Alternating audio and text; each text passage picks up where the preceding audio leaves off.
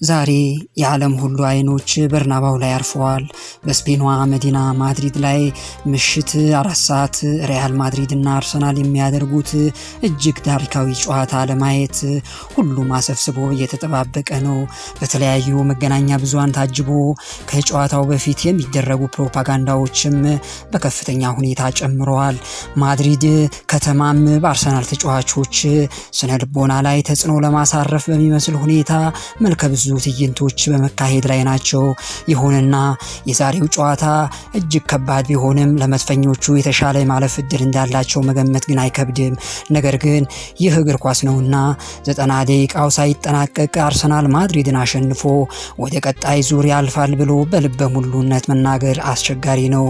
ማንኛውም የእግር ኳስ ተመልካች ስለ ዛሬው ጨዋታ ማወቅ ያለበት እጅግ አስደናቂው ነገር ለተቃራኒው ቡድን እጅግ አስቸጋሪ የፊት መስመር ተጫዋቾችና አደገኛ የማጥቃት ብቃት ያለው ሪያል ማድሪድ እና እጅግ የተደራጀና እንደ ግድግዳ የደደረ የተከላካይ ክፍል ያለው እንዲሁም በመከላከል እጅግ ከተደነቀው አርሰናል ጋር ነው ማድሪድ የሚፋለመው። ታዲያ ማድሪድ እጅግ ጠንካራ አደረጃጀት ያለው የአርሰናልን የተከላካይ ክፍል አፈራርሶ 4 ጎል ማግባት ይችል ይሆን? ጥያቄው አሁን ከሆነ በእግር ኳስ የማይቻል ነገር የለምና በፍጹም አይሆንም ሊባል አይችልም።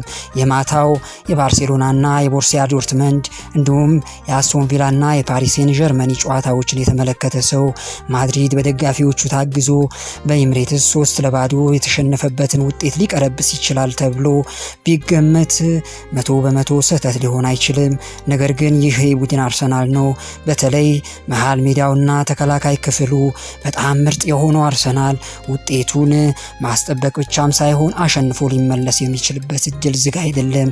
አርሰናል የ2006 የነ ቴሪ ዳንኤል ኦነሪና የነ ፋብሪጋስ ትውልድ እንዳደረገው በርናባው ላይ አሸንፎ ሊመለስም ይችላል የሚሉ ግምቶችም አሉ።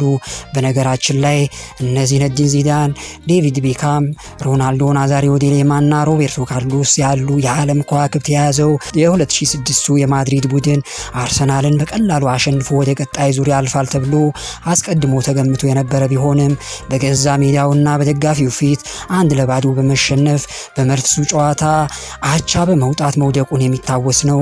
ዛሬስ ሰላም ውድ የዛሬ ሚዲያ ቤተሰቦች፣ ለቻናላችን አዲስ ከሆናችሁ ላይክ፣ ሼር እና ሰብስክራይብ በማድረግ ቤተሰብ ይሁኑ።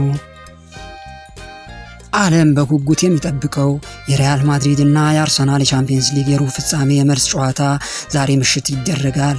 ሪያል ማድሪድ በቤቱ ለዚያውም በነገሰበት የውድድር መድረክ ብዙ ውጤቶችን ቀልብሶ በርካታ ክብሮችን ባሳካበት ሳንቲያጎ በርናባዮ ላይ የእንግሊዙን መድፈኛ የሚካኤል አርቴታውን ሰራዊት እየተጠባበቀ ይገኛል። እንግሊዝ ላይ በሰሜን ለንደኑ አርሰናል ከጨዋታ ብልጫ ጋር 3-0 የተሸነፉት ሎስ ብላንኮቹ እኛ ማድሪዶች ነን፣ የቻምፒየንስ ሊግ ድምቀት ውጤቱን ቀልበሰን በለመድነው መድረክ ንግስናችንን እናስቀጥላለን ሲሉ ከተጫዋቾቹ እስከ አሰልጣኝ እየዛቱ የጨዋታውን ሰዓት በመጠባበቅ ላይ ይገኛሉ። በመድፈኞቹ ቤት ደግሞ በራስ መተማመን እጅጉን የጨመረ ይመስላል። ጋናዊው አማካይ ተጫዋች ቶማስ ፓርቴ እኔ አትሌቲኮ ማድሪድ በነበርኩበት ጊዜ ሳንቲያጎ በርናባውን አውቀዋለሁ፣ የተለየ ነገር የለም፣ እንደ እንግሊዝ ፕሪሚየር ሊግ ስታዲየሞች ነው ሲል አስቀድሞ ተናግረዋል። ታሪክን ካነሳን በሳንቲያጎ በርናባው ቁጥሮች ለአርሰናል ያደራሉ። በአውሮፓ ቻምፒየንስ ሊግ 2005-2006 የውድድር መድረክ ላይ ሲገናኙ ቴሪ ዳንኤል ኦነሪ ድፍን በርናባው በዝምታ እንዲዋጥ ያደረገበት ክስተት ተጠቃሽ ነው። ሪያል ማድሪድ ውጤቱን ቀልብሶ ወደ ግማሽ ፍጻሜው ያልፋል ወይስ መድፈኞቹ ውጤታቸውን አስጠብቀው በድል አድራጊነት ወደ እንግሊዝ ይመለሳሉ? ዛሬ ምሽት በ4 ሰዓት ላይ የሚጀመረው ይህ ጨዋታ ማጠናቀቂያ ላይ ሁሉም ጥያቄ መልስ የሚያገኝ ይሆናል። ነገር ግን ከወዲሁ ዛሬ ምሽት ለሚደረገው ጨዋታ ማድሪድ ቅንጡን ሳንቲያጎ በርናባው ስታዲየሙን ሙሉ በሙሉ ዝግ እንዲሆን ዩኤፋን አስፈቅዷል። ይህም ከደጋፊዎቹ የሚወጣው የድጋፍ ድምፅ በስታዲየሙ የሚፈጠረው ንዝረት የአርሰናል ተጫዋቾች ከትኩረት ውጭ ያደርጋል፣ መጠነኛ መረበሽም ያስከትላል በሚል ግምት ነው ይህን ያደረገው። የአርሰናል ተጫዋቾችም የያዘውን አውቶቡስ ከሆቴል እስከ ስታዲየም በሚያልፍባቸው ጎዳናዎች በሺዎች የሚቆጠሩ የማድሪድ ደጋፊዎች በጩኸት ትሸነፋላችሁ ድምፅ የመረበሽ ስራም እንዲሰሩም ተዘጋጅቷል። ስቴዲየሙ ውስጥ ጨዋታው ከመጀመሩ በፊት የማድሪድን አርማ የሚያሳዩ ነጭ መለያ ትርኢቶችን፣ ስቴዲየሙን የሚያናውጡ ድምጾችና የክለቡን ኃያልነት የሚያስተጋቡ ጽሁፎችም እንዲዘጋጁ ተደርጓል።